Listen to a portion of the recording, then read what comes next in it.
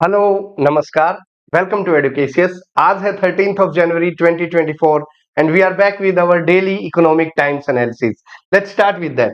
कल का दिन स्टॉक मार्केट की बात करें तो दलाल स्ट्रीट के लिए बहुत ही उम्दा दिन रहा, जिसके अंदर जो हमारे इंडेक्स हैं, सेंसेक्स है या फिर निफ्टी इंडेक्स है, बैंक निफ्टी इंडेक्स है, सभी ने बहुत ही अच्छा प्रदर्शन किया और इसके बाद काफी अपने लाइफ टाइम हाई को टच किया।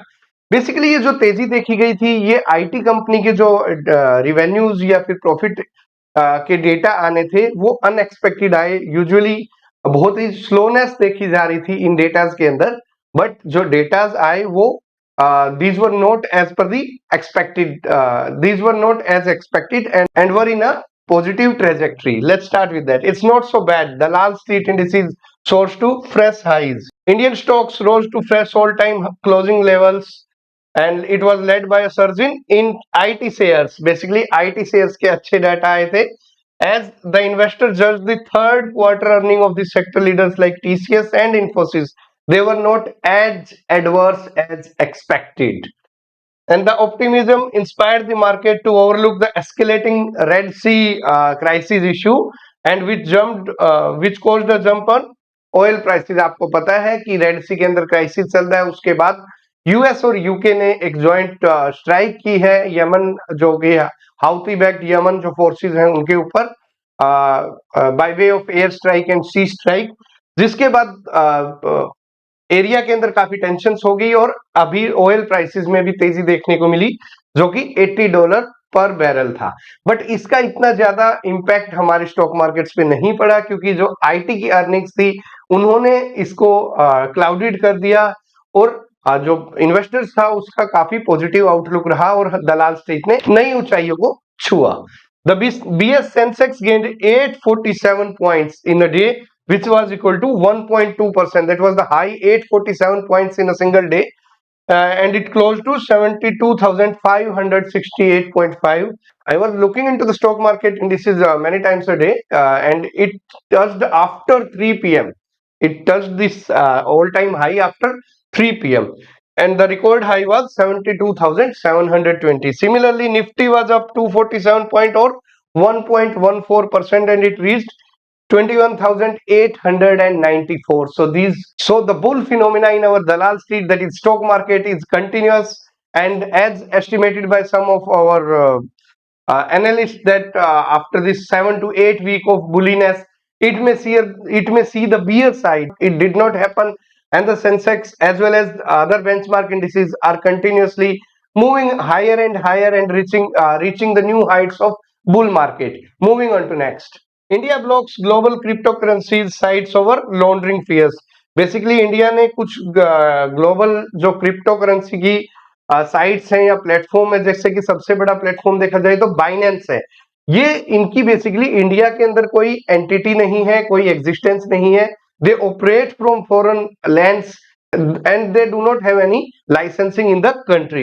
India on Friday blocked access to various web platform of foreign cryptocurrency exchanges and virtual digital asset service providers such as Binance, KuCoin, OKX. तो ये जो क्रिप्टो करेंसी एक्सचेंज पर ये decision लिया गया, इनके एप्पल से बात करके इनके iOS वर्जन को डाउन कर दिया गया और अभी एंड्रॉइड वर्जन से भी इसको हटा दिया जाएगा, ब्लॉक कर दिया जाएगा। बेसिकली ये एक्शन इसलिए हुए क्योंकि जो हमारी फाइनेंस इंटेलिजेंस यूनिट है, बेसिकली FIU है जो फाइनेंस इंटेलिजेंस यूनिट, उन्होंने 28 दिसंबर को कुछ इन जो फॉरेन क्रिप्टो करेंसी एक्सचेंजेस हैं इनको नोटिस इशू किए गए थे, asking them to explain their operation in India since they were operating without permission and were not following the law to prevent the money laundering. तो इनको notice serve किए गए थे, नोटिस के अंदर टाइम दिया गया था और जो टाइम फ्राइडे को लैप्स हो गया था। After lapsing of the timeline to reply और to revert on these notice, जो रिप्लाई नहीं कर पाए, तो FIU ने रिकमेंड किया IT मिनिस्ट्री को that the access to uniform resource locator URL इनका ब्लॉक कर दिया जाए, which led to government's latest action. तो इसके बाद ये एक्शन ले अब गवर्नमेंट सख्ते में आई और इनके ऊपर जो फॉरेन क्रिप्टो करेंसी एक्सचेंजेस हैं इनके ऊपर ये एक्शन लिया गया और इनको ब्लॉक कर दिया गया। इनके ब्लॉक होने के बाद जो हमारी डोमेस्टिक क्रिप्टो करेंसी एक्सचेंज है जैसे कि CoinDCX है, उनके ऊपर उनके ऊपर बहुत ज्यादा उछाल देखने को मिला रजिस्ट्रेशन को लेके, और कोएन डीसीएक्स का वीक ऑन वीक 2000% इंक्रीज हो गया रजिस्ट्रेशन के अंदर, क्योंकि ये जब से नोटिस सर्व हुए थे तो कोएन डीसीएक्स भी काफी एग्रेसिव मोड में आ गया था for bringing the clients from foreign currency exchange to domestic currency exchange. तो इसके बाद ये वीक ऑन वीक की बात करें तो 2000% increase in the Coin DCX registration. These are under scanner. Android version is also likely to be taken down. iOS has already been taken down. These global exchanges are not FIU registered entities. Foreign Intelligence Unit registered entities नहीं है ये, जो foreign की crypto currencies है। और एक estimate का माना जाए तो they cause a tax leakage of 3000 crore a year, क्योंकि यहाँ पे इनकी कोई एंटिटी नहीं है, हमारे यहाँ पे कोई इनकी फिजिकल प्रेजेंस नहीं है, they operate from some foreign land, तो इसलिए ये टैक्स लायबिलिटी से छूट जाते हैं और करीबन 3000 करोड़ का हर साल हमें ड्यू टू टैक्स इवेजन घाटा उठाना पड़ रहा है। Nearly 4 billion worth of crypto assets still parked in the offshore platform to avoid the 1% TDS. जैसा कि बजट के अंदर 1% टीडीएस लगा दिया गया था tax deduction at source during the last budget, तो उसके बाद से हमारे जो भी इन्वेस्टर्स हैं, जो डोमेस्टिक ट्रेडर्स हैं, वो भी फॉरेन क्रिप्टो एक्सचेंज पे ट्रेड करते थे, सो दैट इस 1% लेवी को भी बचा जा सके, इस 1% लेवी को भी अवॉइड किया जा सके। तो बट अभी करंटली जैसे ही इनको बैन किया गया है तो करीबन $4 बिलियन के अभी भी असेट्स इनके ऊपर ऑलरेडी अवेलेबल हैं। They are still parked in the foreign crypto currency exchange, और जिसके अंदर सबसे बड़ा नाम आता है Binance. FIU had issued the notice on 28th of December, for which they did not reply, and on Wednesday, MITI asked the Apple to remove the offshore cryptocurrency apps from its app store. Moving on to next. Next is consumer inflation tied up factory output slips. Basically देखा जाए तो consumer inflation जो अभी थोड़ा सा moderate हुआ था, उसमें बिल्कुल थोड़ी सी तेजी देखने को मिली है दिसंबर के माह में। नवंबर की बात करें तो नवंबर के अंदर ये 5.6% था जो हमारा सीपीआई था, रिटेल इन्फ्लेशन जिससे हम काउंट करते हैं कंज्यूमर प्राइस इंडेक्स से, जो कि अभी 5.7% हो गया। CPI consumer price index, wholesale price index, ये सभी हमारी एक जो लिंक दिया गया है, फर्स्ट लिंक दिया गया है related to terminology of economics, उसके पर हमने ऑलरेडी डिस्कस किया हुआ है डिटेल के अंदर, तो आप वहां से जाके सीपीआई, डब्ल्यूपीआई, ये सब कॉन्सेप्ट्स की डेफिनेशंस को देख सकते हैं। तो जो 5.6% नवंबर माह के अंदर था, उसको वो बढ़ के 5.7% हो गया। बेसिकली ये 0.1% का जो इसके अंदर इंक्रीज देखने को मिला, that was due to rise in the vegetable prices. Basically प्याज का प्राइसेस बहुत ज्यादा, अनियन का प्राइसेस में तेजी थी, टोमेटो के प्राइसेस में तेजी थी, इसकी वजह से ये थोड़ा सा हाई देखने को मिला। और वहीं दूसरी बात की जाए तो जो हमारा इंडेक्स ऑफ इंडस्ट्रियल आउटपुट है, हमारा इंडस्ट्रियल आउटपुट का जो प्रोडक्शन है वो 8 मंथ के अंदर अभी भी लो चल रहा है, काफी लो चल रहा है, and the industrial output expanding at its weakest pace since March 2023, and IIP rose just 2.4% in November compared with 11.6% in October, and again pulled down in December, 2.4% in December. So it is in 8-month low.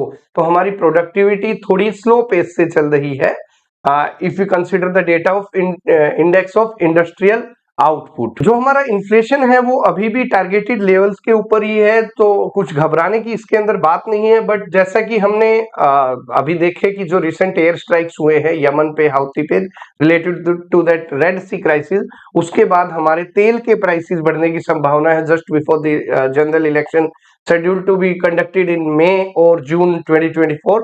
तो उससे पहले शायद हमारे fuel के prices में बढ़ोतरी की संभावना है, जिसकी वजह से हमारा रिटेल इन्फ्लेशन ऊपर जा सकता है। बट अभी जैसे कि बजट, हमारा इंटरिम बजट आएगा 1 फरवरी को, उसके बाद रिजर्व बैंक ऑफ इंडिया की जो मॉनेटरी पॉलिसी कमेटी है वो 1 वीक ऑफ फरवरी के अंदर मीटिंग रहेगी, जो कि फरवरी 6 to 8 के बीच में शेड्यूल्ड की गई है।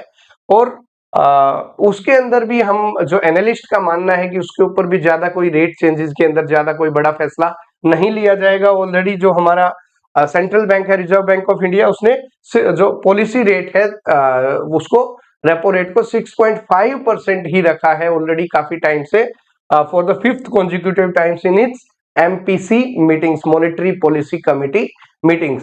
To more about this repo rate, reverse repo rate, and everything, you can go to the same video in which we have elaborated this thing in a detailed manner. Next is Tata Consumer Science Pack to buy the Capital Foods Organic India. हमने कल already discuss किया था हमारे news analysis के अंदर कि टाटा जो consumer Products limited है वो कैपिटल गुड्स और ऑर्गेनिक इंडिया को खरीदने की डील साइन करने की प्रोसेस में है, और कल वो डील साइन भी हो गई और इन्होंने एक एग्रीमेंट साइन किया जिसके तहत कैपिटल फूड्स जो कि चिंग्स ब्रांड या फिर स्मिथ एंड जोन्स ब्रांड के नाम से नूडल्स और इस तरह के कंज्यूमर प्रोडक्ट सेल करता है, और ऑर्गेनिक इंडिया जो कि Fab India backed organic tea वगैरह से रिलेटेड डील करता है। तो इनको करीबन 5100 करोड़ के अंदर कैपिटल फूड्स को खरीद लिया और ऑर्गेनिक इंडिया को 1900 करोड़ के अंदर ये डील साइन की गई, और ये अब TCPL के खाते में आगे टाटा कंज्यूमर प्रोडक्ट्स लिमिटेड के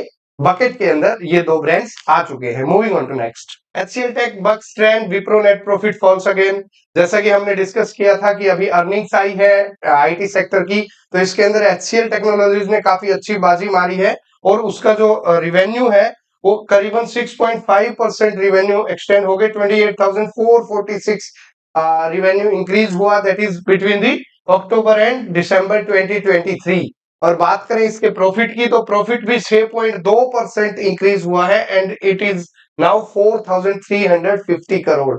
सो बेसिकली HCL टेक्नोलॉजी बहुत अच्छा कर रही है IT सेगमेंट में। अलोंग विद दैट इसकी ये जो revenue as well as profit increase है, that is related to one deal it signed with Verizon. Verizon is a US based company, इसके साथ नोएडा की हेडक्वार्टर कंपनी HCL ने एक डील साइन की थी लास्ट अगस्त के अंदर, अगस्त 2023 के अंदर। उसके बाद इसके जो नंबर्स हैं वो काफी इजाफा देखने को मिला है, लेकिन विप्रो को लेकिन बात करें विप्रो की, तो विप्रो इतना ज्यादा प्रॉफिट नहीं दिखा पाया है, and there is a fall in profit अगर ईयर ऑन ईयर की बात करें, which is approximately 12% year on year fall in profit, and it is now 2,694 crore, and there is also a dip in revenue approximately of 4.4%, which is 22,205 crore. So basically बात विप्रो और HCL के अंदर HCL काफी अच्छे मुनाफे के साथ इंक्रीज कर रहा है अपने रिवेन्यू और प्रॉफिट को, लेकिन विप्रो उतना ज्यादा मुनाफा अर्जित नहीं कर पाया है। Moving on to next, from $22 billion to $1 billion, Byju's valuation at BlackRock bottom. BlackRock bottom जो बेसिकली एक world's largest asset manager company है, जिन्होंने बाइजूस के अंदर भी इन्वेस्टमेंट की हुई है, उन्होंने बताया कि जो वैल्यूएशन है, जो एडटेक फर्म है बाइजू और इसकी सब्सिडरी है थिंक एंड लर्न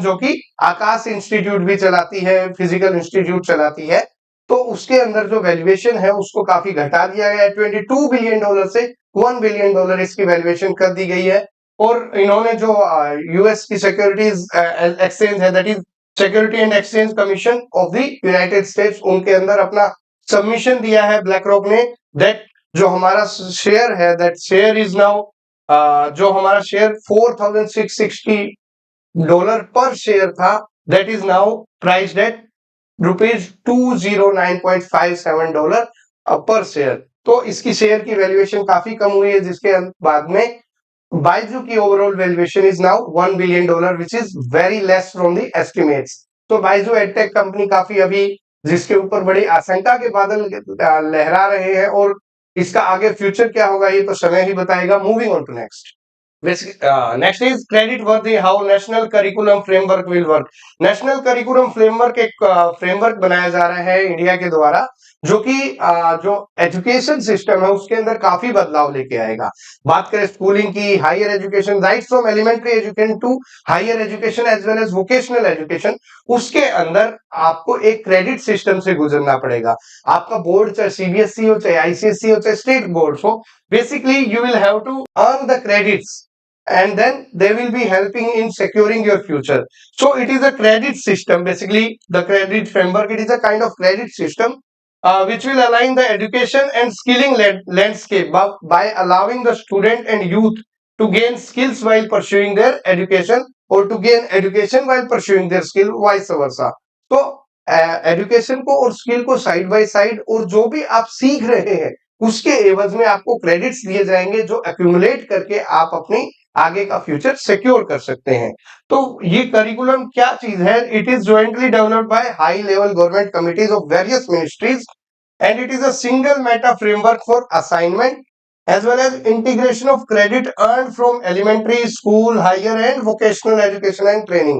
तो आपको क्रेडिट्स लेने पड़ेंगे और क्रेडिट्स accumulate करने पड़ेंगे and then transfer those accumulated credits for the purpose of equivalence, enabling multiple entry and exit into the schooling and education ecosystem। क्या होता है, कई बार आपने एलिमेंट्री एजुकेशन की या 10th तक की, उसके बाद आप कोई वोकेशनल कोर्स में एनरोल कर लिया, तो आप और उसके बाद अगर आप हायर एजुकेशन करना चाहते हैं तो ये पॉसिबल इंडिया के अंदर नहीं रहता, क्योंकि आपने 11th 12th नहीं किया। अभी इस फ्रेमवर्क के बाद क्या रहेगा, आपको क्रेडिट्स अर्न करने होंगे और उसके बाद आप मल्टीपल एंट्री और एग्जिट ले पाएंगे, both in the vocational training as well as in educational framework. तो इसके अंदर बेसिकली क्या प्रपोजल है? प्रपोजल ये है कि आपको साल के 1200 घंटे पर ईयर आपको नोशनल लर्निंग करनी है, पढ़ाई करनी है, उसके एवज में आपको 40 क्रेडिट्स मिलेंगे। आपको मिनिमम ऑफ 40 क्रेडिट्स मिलेंगे आपको एक साल में, अगर आप 1200 घंटे की पढ़ाई करते हैं, 1200 आवर्स पर ईयर अगर आप करते हैं, चाहे वो स्कूल एजुकेशन में, चाहे वो हायर एजुकेशन में हो, और चाहे वो वोकेशनल एजुकेशन के अंदर हो। तो after successful completion of this 1200 hours of learning you will be getting 40 credits. और इसके बाद अगर आप ऑनलाइन या फिर किसी और अदरवाइज किसी और टाइम में आप कुछ और स्किल एक्वायर करते हैं, तो उसके एवज में भी आप apart from this 40 credits you can earn more credit and you can additional credits। However, the assignment of credit is subject to learning outcome which will be based on the assessment। तो आपको credit तभी मिलेंगे जब आप कोई परीक्षा पास करेंगे या फिर कोई एग्जाम असेसमेंट पेपर पास कर जाएंगे, उसके बाद आपको क्रेडिट मिलेंगे। And this credit will be helpful in framing your future। What are the benefits of national curriculum framework? National curriculum framework basically recognize the blended and online learning, basically school learning and online learning as well as vocational learning, सभी को एक blend करके एक framework बनाया जा रहा है।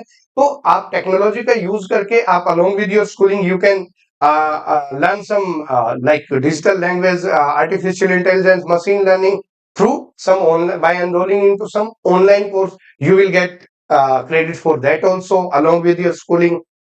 During your college education or higher education also you can get credit for by enrolling into some online course।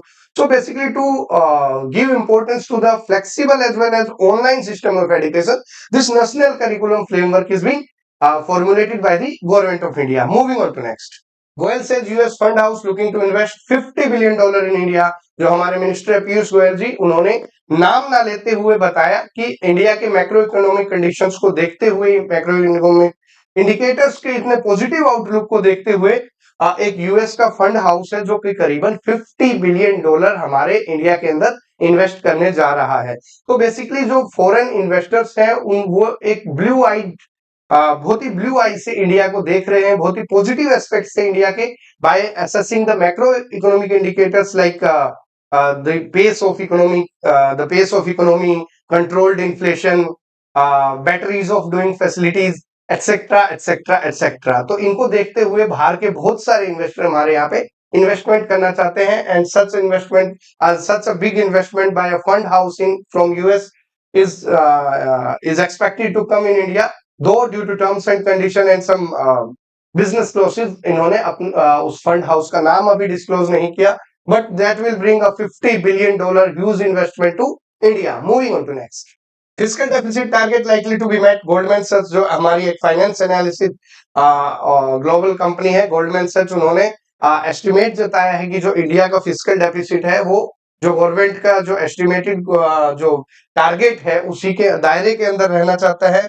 And it will be in 5.9% in financial year 24 and the fiscal deficit target could go to 5.3% in the financial year 26 or in the upcoming budget। So and the government can reduce this target of fiscal deficit to 5.3 in the upcoming budget। तो basically उन्होंने बताया कि spending इसी तरह से रहती है और जो 0.2% रिसीट साइड में इंक्रीज हुआ है, 0.2% of GDP bye good earnings. Like अभी देखा हमने आईटी कंपनीज की अच्छी अर्निंग्स आई, एंड ओवरऑल दिसंबर के महीने में जो हमने आउटलुक देखा, बहुत ही पॉजिटिव बुलिश आउटलुक देखा सभी सेक्टर्स का, whether it is FMCG, whether it is consumer products, whether it is IT sector, whether it is real estate sector, whatever the sector was, सभी में बहुत पॉजिटिव आउटलुक और बड़ी बुलिश ट्रेंड देखने को मिला, जिससे हमारी अर्निंग्स इंक्रीज हुई and we will get more receipt from that through tax buoyancy. Also बहुत अच्छी टैक्स अर्निंग्स भी रही है जो हमने कल डिस्कस की थी, जिससे हमारी रिसीट साइड के ऊपर थोड़ा सा